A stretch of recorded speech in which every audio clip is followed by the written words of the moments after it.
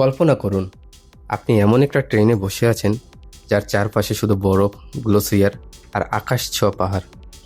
এটা কোনো স্বপ্ন নয়, এটা হচ্ছে বার্লিন এক্সপ্রেস।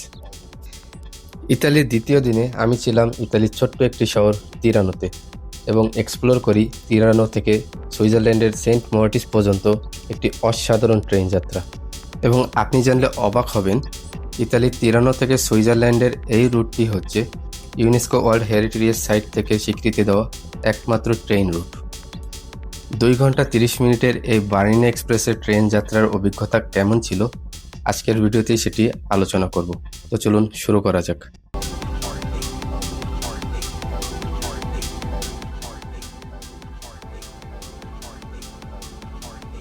আমি ঠিক 6টা 30-এ কুয়াশামাখা সকালে চলে যাই বার্লিন এক্সপ্রেস রেল স্টেশনে এবং 7টা 10-এ আমার বোর্ডিং শেষ হয়। বোর্ডিং শেষের পর আমি চলে যাই ঠিক সেই বিখ্যাত লাল ট্রেনের দিকে। 7টা 40-এ আমার ট্রেন যাত্রাটি শুরু হয়। সৌভাগ্যক্রমে আমি ঠিক জানালার পাশে সিটটাই নিতে পেরেছিলাম।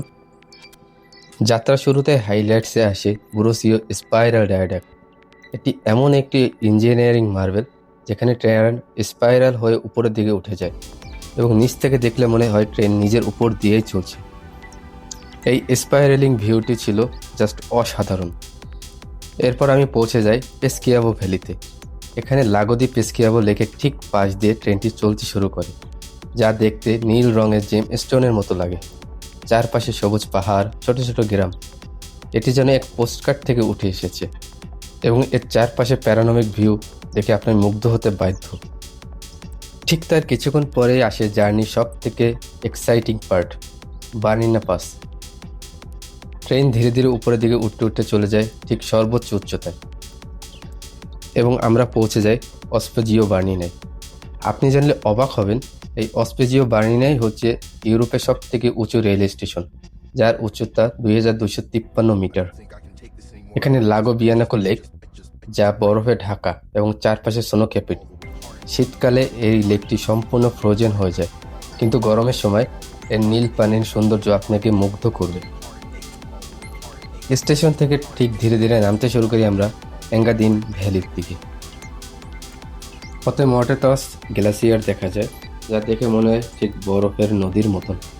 এখানে ট্রেনের স্পিড কিছুটা কমিয়ে দেওয়া হয় যাতে আমরা এর চারপাশে প্যারানমিক ভিউগুলো সঠিকভাবে উপভোগ করতে পারি। চারপাশে ফুলের মেডো, ওয়াইল্ড লাইফ, যা প্রাকৃতিক একটি মাস্টারপিস। 156টা ব্রিজ ও 59টি টানেল পেরিয়ে আমরা পৌঁছে যাই সেন্ট মর্টিজে, সুইজারল্যান্ডের একটি লাক্সারিয়াস রিসোর্ট টাউন। এখানে লেক সেন্ট মর্টিস, যা আল্পসের মাঝে একটি মিররের মতন। চারপাশে বরফে ঢাকা, দেখে মনে হচ্ছিল এক অসাধারণ জায়গা। এবার আসি এই ট্রেন যাত্রার কস্টিং ও বিস্তারিত আলোচনায়।